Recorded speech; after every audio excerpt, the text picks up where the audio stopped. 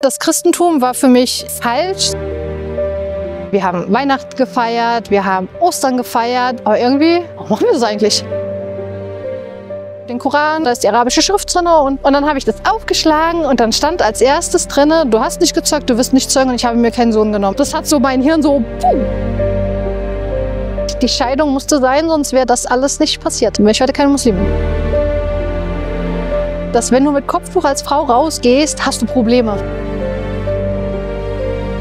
Dann lese ich, ihr habt eure Religion, ich habe meine Religion, wo ich denke so, oh mein Gott. Das ist ja eigentlich das, was ich lebe. Und so kam ich in dieses Thema rein. Das war wieder ein Koranvers. Du hast deine Religion, ich habe meine Religion.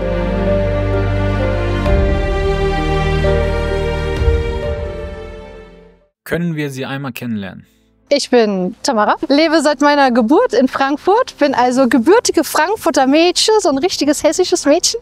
Ja, werde hier hoffentlich auch alt und irgendwann sterben, irgendwann in vielen Jahren. Bin gelernte Krankenschwester, Heilpraktikerin und habe zu Corona gesagt, wo alle gejammert und geheult haben, wie schlimm doch alles ist, etwas Neues zu machen, weil ich wollte, dass meine Kinder aus, egal in was für einer Situation wir sind, immer was Positives sehen und habe eine neue Ausbildung gemacht zum Kinder- und Jugendcoach, helfe also Kindern bei Mobbing-Situationen, unterrichte Erzieher, Pädagogen dabei, einen einheitlichen Umgang mit diesem Thema zu haben. Und jetzt kommt noch on top obendrauf, es gibt Frauen, die in bestimmten Lebenslagen sind, mit häuslicher Gewalt, die eine Scheidung möchten oder sich geschieden haben, mit 2 Kindern alleine dastehen, wie man damit umgehen kann, was für Möglichkeiten hat man, die begleite ich auch. Und neben dem, was ich alles im Außen mache, bin ich Mama von 2 Kindern im Alter von 11 und noch 15 Jahren und wuppe den Tag mit meinen Kindern alleine. Wie war Ihr Leben vor dem Islam? Nicht anders wie jetzt, weil Gott gab es für mich schon immer. Der war schon immer da. Das Einzige, was jetzt anders ist, ich bete regelmäßig, ich kommuniziere regelmäßig mit ihm, egal ob es mir gut oder schlecht geht. Gab es im Christentum Fragen, auf denen Sie keine Antworten bekommen haben? Ganz viele. Also ich habe den ganzen Werdegang der katholischen Kirche durchgegangen, von Taufe bis zur Firmung, alles. Was hat Sie dazu bewegt, die Wahrheit zu suchen? Also gesucht habe ich nicht, sie hat mich gefunden. Ich glaube, das passt besser. Weil wie gesagt, Gott gab es für mich immer und dass er über alles wacht und alles kreiert hat, war auch immer klar. Und von daher, das Christentum war für mich falsch, so wie man jetzt vielleicht falsch das nennen würde. Und dann kam ja irgendwann meine Scheidung mit meinem damaligen Mann. Und dann bin ich zurück zu meinen Eltern gegangen und wir haben hier ganz tolle Nachbarn gekriegt und das waren Muslime. Und irgendwann kamen wir so in den Austausch, weil wir haben Weihnachten gefeiert, wir haben Ostern gefeiert. Manchmal steckt so die Süßigkeiten im Garten. Und dann wurden wir gefragt, ja, was machst du da eigentlich? Naja, und dann habe ich das erzählt. Ja, und wieso machst du das? War schon immer so. Christi Geburt, Auferstehung, Kreuz, ne? Aber irgendwie, warum machen wir das eigentlich? So, und dann kamen wir in dieses Gespräch. Wie ist das denn bei euch? So Ramadan, 2018 Hochsommer. Warum? Warum macht man das? Nicht essen, nicht trinken. Ey, es ist heiß. Wir haben 35 Grad. Bist du noch ganz dicht? Ja, und dann wurde das so erzählt und ich so, okay. Interessant. Und irgendwann kam dann dieser Punkt, wo es hieß, weißt du was, lest doch mal im Tafsir. Ich so, was ist denn das? Ja, das ist die deutsche Übersetzung für den Koran. Da ist die arabische Schrift drin und kannst du mal drin lesen. Das war wirklich von Herzen gesagt. Und dann habe ich das aufgeschlagen und dann stand als erstes drin, du hast nicht gezeugt, du wirst nicht zeugen und ich habe mir keinen Sohn genommen. Ich so, was? Vor lauter Schreck habe ich das Buch zugeschlagen und habe gedacht so, was zur Henker war das? Oh mein Gott, wo stand das? Welche Seite? Das Buch ist so dick. Wo finde ich das jemals wieder? Und damals wusste ich noch nicht, dass die den ganzen Koran auswendig kennen. So wie ganz viele Muslime das ja können. Also egal, was ich sage, ja, das steht da und da. Wie geht das? Das hat so mein Hirn so, puh, was ist passiert? Und dann habe ich weitergelesen und während ich so diesen Gedanken hatte, dachte ich so, du gehst nicht in die Kirche, du redest nicht mit Gott, du bist ein guter Mensch und du versuchst irgendwie das Gute überall zu sehen. Aber das ist ja wohl dann doch nicht genug. Du hast ein ernstes Problem. Du musst aus der Kirche austreten. Habe ich dann am gleichen Tag gemacht. Dann bin ich wiedergekommen und dann meinte meine Mama, jetzt bin ich ausgetreten. Du wirst aber nicht dem Islam beitreten, oder? Ich so, ich weiß nicht, vielleicht. Und wenn, muss ich ausziehen. Und bin gegangen. Sie so, nein, natürlich nicht. Ich so, ja, okay, also was wenn? Ja, gute Frage. Und damit habe ich sie alleine gelassen. Und am Abend, 2 Stunden später, weil ich gedacht habe so, du bist jetzt nur noch Gott und ich. Keine Institution, niemand, der dir sagt, was du tun und lassen musst, weil du hast ja irgendwie so einen Kompass in dir drin, der dir schon sagt, mach das oder mach das nicht. Okay, dann habe ich das Telefon in die Hand genommen, habe meine Nachbarn angerufen, habe gemeint, wie ist das denn gleich noch so?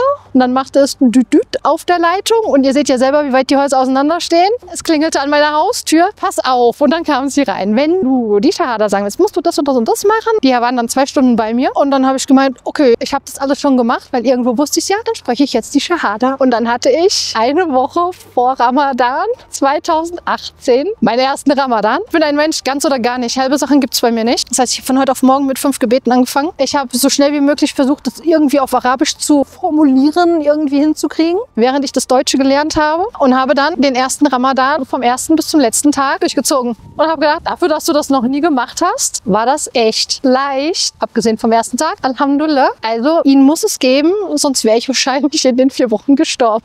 Was hat Sie am Islam oder an den Muslimen besonders beeindruckt? Ich war schon immer interessiert. Ich sage immer, leben und leben lassen, aber irgendwie versuchen, den anderen so ein bisschen zu verstehen. Und durch die Nachbarn war das erste Mal so dieses Tor so, okay, du kannst das kennenlernen, wenn du magst, aber du musst nicht. Wo es dann hieß, also wenn du möchtest, wir können gerne in den Austausch gehen. Das fand ich faszinierend. Und auch im Nachgang sage ich, die Scheidung musste sein, sonst wäre das alles nicht passiert. Dann wäre ich heute keine Muslimin. Wann haben Sie angefangen, sich mit dem Islam zu beschäftigen? 2 Monate vor der Konvertierung. Wie gesagt, es gab viele Parallelen. Also ich habe mich davor zwar auch beschäftigt, aber immer so mit, ich konvertiere sowieso nicht. Leben und leben lassen. Ihr habt eure Religion, ich habe meine Religion, wo ich denke so, oh mein Gott.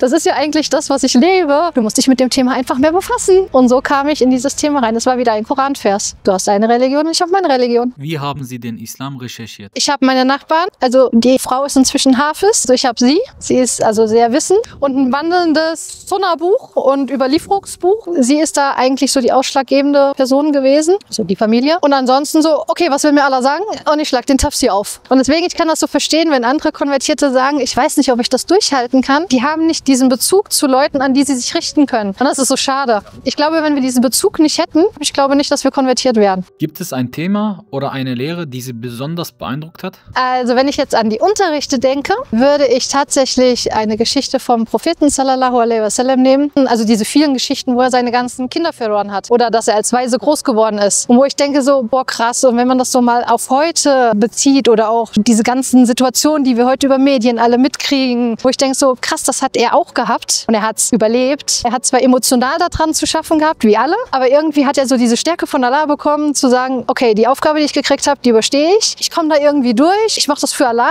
und egal, was die anderen sagen oder denken, das funktioniert. Also das sind immer so Sachen, wenn ich so Sachen über den Propheten sallallahu alaihi wasallam höre, wo ich denke so, ich darf ausrasten, ich darf wütend sein. Man hört das so nicht, dass er immer gute Worte hatte, dass er immer wusste, wie er in den Situationen umgeht. Und wenn Leute nicht wussten, wie sie damit umgehen, Hilfe von ihm geholt haben, ich denke so, ja, Hilfe holen dürfen wir auch. Warum machen wir das nicht? Haben Sie sich gefühlt, als Sie die Glaubenbekenntnis durchgeführt haben? Es ist so befreiend gewesen, so eine innere Ruhe. Also wirklich egal, was passiert, kann nichts passieren. Sowas. Hatten Sie Vorurteile gegenüber dem Islam, bevor Sie dem Islam beigetreten sind? Tatsächlich gar keine. Ich habe zwar über die Medien diese Terrorgeschichten und wenn Karikaturen waren, das, was man halt so mitkriegt, wo ich denke so, also warum zeichnet ihr denn auch sowas? Dann müsst ihr doch mit der Reaktion rechnen. Also so habe ich darüber eigentlich gedacht. Aber dass ich jetzt so gesagt habe, alles voll schlimm und alles voll die Terroristen. Nee, lasst die doch ihre Religion leben, die lassen uns unsere Religion leben. Also was habt ihr denn? Was hat sich in Ihrem Leben nach der Konvertierung am meisten verändert? Mein Freundeskreis, der hat sich geändert. Also ich hatte nie einen großen, ich hatte viele Bekannte. Und wie gesagt, ich bin ja hier groß geworden am Frankfurter Werk. Kennen tun mich eigentlich nur noch 3. Das ist einmal der Nachbar, der hat mich sogar ermutigt, das Kopftuch zu tragen. Praktizierender Christ, der hat mir dabei geholfen. Und der sagt, nur weil du jetzt im Glauben in Muslima bist, bist doch trotzdem noch Tamara. Also ist mir egal. Dann hier natürlich unsere muslimischen Nachbarn. Und dann gibt es Nachbarn, die grüßen mich auf der Straße. Weiterhin wie vorher auch. Und man hält kurz Smalltalk. Und die anderen, die kennen mich halt nicht mehr. Aber gut, ist mir aber auch egal. Haben Sie Probleme auf der Arbeit wegen Ihrem Kopftuch? Gar nicht. Dadurch, dass ich ja in keinem Arbeitsverhältnis bin, sondern selbstständig bin, habe ich da gar keins, auch wenn ich an Schulen bin. Ich bin keine Lehrkraft in dem Sinn, sondern eine externe. Es hat eher Türen geöffnet, statt verschlossen. Alhamdulillah. Was bedeutet der Islam für Sie als Frau? Ganz einfacher Schutz, weil es so viele, oh jetzt kommt das böse Wort, Regeln im Islam gibt, aber nicht, die mich einschränken und die mir was Schlechtes tun, so wie wir manchmal Regeln haben, die wir Kindern sagen, wenn du das machst, dann passiert das, also mit Angst arbeiten, sondern ganz im Gegenteil, mach das, weil dann passiert das und das. Oder halte dich von dem fern, damit du das und das nicht bekommst. Ich sage immer, der Koran oder die Sunna des Propheten sallallahu alaihi wasallam ist die Gebrauchsanweisung für jedes Gerät. Wir haben unsere Gebrauchsanweisung bekommen für das Gerät Mensch und deren Umgang und man kann es lesen oder lassen. Ich finde die Gebrauchsanweisung für den Menschen sehr praktisch und hilfreich. Wie hat Ihre Familie, insbesondere Ihre Kinder und Ihre Mutter, auf ihre Entscheidung reagiert? Fangen wir bei der Reaktion meiner Kinder an. Mein Sohn war damals, der war 3, der hat das so gar nicht mitgekriegt, der ist eigentlich so jetzt groß geworden. Die christlichen Werte hat er von mir gar nicht gelehrt bekommen, außer die Ethik. Die hat er bekommen, aber jetzt nicht diese rein christliche. Also hatte er keinen Unterschied zwischen was ist Christ, was ist Muslim, außer das Beten. Meine Tochter war damals 7. Für sie war das ein bisschen anders, weil die war schon so ein bisschen in dieser Mühle Christ, Kirche, katholisch drinne. Aber auch da ich das nie zu Hause groß thematisiert habe, außer halt diese ethischen Standards, war das für sie auch keine große Umstellung, weil Kirche war für uns nie Thema. Das, was Thema war Weihnachten, Ostern, gibt Geschenke, so schöne Zeit, Familie ist zusammen, mehr aber auch nicht. Und dass man beim Krippenspiel mitmacht, das hat sie ja nicht mehr gemacht. Aber ansonsten war es da kein großer Einschnitt, sage ich jetzt mal. Und meine Mama, die sehr katholisch erzogen wurde, ist in diesem Prozess mit drin gewesen. Einmal durch mich, bisschen so am Rande, habe ich immer was erzählt. Dann hat sie viel Austausch mit den Nachbarn gehabt, kam dann irgendwann, nachdem sie nicht mehr gearbeitet hat, auch in diese Stars mit rein und hat bei dem Unterricht mitgemacht und hat immer gesagt, ich frage nur,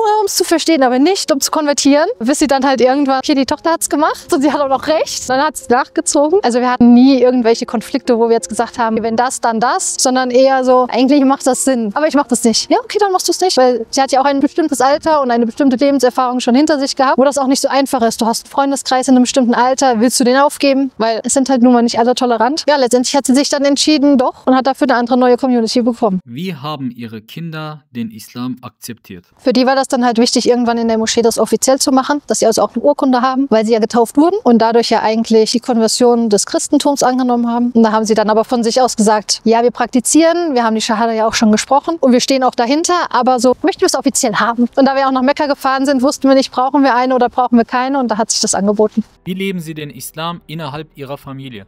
Wir sprechen über Allah. Wir sind oft im Austausch, wie man mit verschiedenen Situationen umgehen kann. Und wenn wir keine Idee haben, dann überlegen wir, kennen wir irgendwelche Suchen, die vielleicht eine Antwort darauf haben? Kennen wir sie nicht? Haben wir eine ganz tolle Moscheegemeinschaft, wo man sagen kann, wir haben da mal ein Problem. Wie geht man denn da islamisch dran? Wie vermitteln Sie Ihren Kindern sowohl die deutsche als auch die muslimische Identität? Ein Deutscher sollte respektvoll sein, sollte nett zu anderen Menschen sein, sollte gucken, dass in seinem Umfeld irgendwie sich möglichst alle gut fühlen. So, das würde ich jetzt so als Deutscher sagen, aber das ist ja auch gleichzeitig islamisch. Also gibt es ja gar nicht so wirklich den Unterschied in meinen Augen. Welche tägliche Erfahrung machen Sie als muslimische Familie in Deutschland? Ja, das geht ganz normal weiter und manchmal, wenn man halt jemanden trifft, den man schon vorher kannte und ewig nicht gesehen hat, der dann vielleicht sagt, oh, was machst du da? Dann erzählt man dem das oder dass plötzlich Leute einen ansprechen, die einen halt, mit denen du so nichts zu tun hast, die dich aber aus der Siedlung kennen, so zum Beispiel, bist du schwer krank? Nein, weil ich Tuch trage, gerade am Anfang. Oder darf ich Sie mal was fragen? Ja, sind Sie Muslime? Ja. Wie sind Sie dazu gekommen? Dann beantwortet man das halt kurz und knapp und dann trennen sich die Wege wieder. Wie stehen Sie zu der Aussage, dass man nicht zugleich deutsch als auch muslimisch sein kann? Wie das Judentum zu Deutschland gehört und das Christentum zu Deutschland gehört, gehört der Islam genauso dazu, wie jede andere Religion auch. Wir sagen ja immer, wir sind Multikulti. Da sind wir wieder beim Thema Leben und Leben lassen. Lass doch jeden machen, was er will, solange er den anderen in Ruhe lässt. Welche Botschaft möchten Sie den Menschen mitteilen, die auch auf der Suche nach der Wahrheit sind? Kann ich eigentlich nur die gleiche machen wie immer. Weniger denken, mehr machen. Wir zerdenken alles heute. Wenn ich das mache, passiert das. Wenn ich dies tue, passiert jenes. Wenn ich das mache, geht womöglich das hin. Weniger denken, einfach machen. Wir haben so einen inneren Kompass von Allah bekommen. Wir haben ein vernünftiges Gehirn und ein hoffentlich reines Herz, was irgendwie connected ist mit Allah. Und wenn der sagt, mach, dann denk nicht drüber nach, sondern mach. Und wenn dir im Nachgang passiert, das war jetzt nicht gut, dann wird dir Allah einen korrigierten Weg geben, wenn du es verstanden hast. Aber dieses alles, was wäre, wenn, uns nie gemacht haben, ist viel schlimmer, als die ganze Zeit bei dem was wäre, wenn stehen zu bleiben. Weniger denken, mehr machen. Welchen Rat würden Sie Frauen geben, die unentschlossen sind und Schwierigkeiten haben? Wir wissen ja von Allah, dass Scheidung eins der unliebsamsten Dinge, noch schlimmer als unliebsam, Dinge sind, die Allah sehen möchte. So, aber das hat jetzt bestimmte Voraussetzungen, dass er sagt, okay, du darfst dich scheiden lassen, wenn du emotional und psychisch niedergemacht wirst, misshandelt wirst, auf der emotionalen und psychischen Ebene. Dann natürlich, wenn du häusliche Gewalt erlebst oder andere Dinge, die dir langfristig schaden, sei das geistig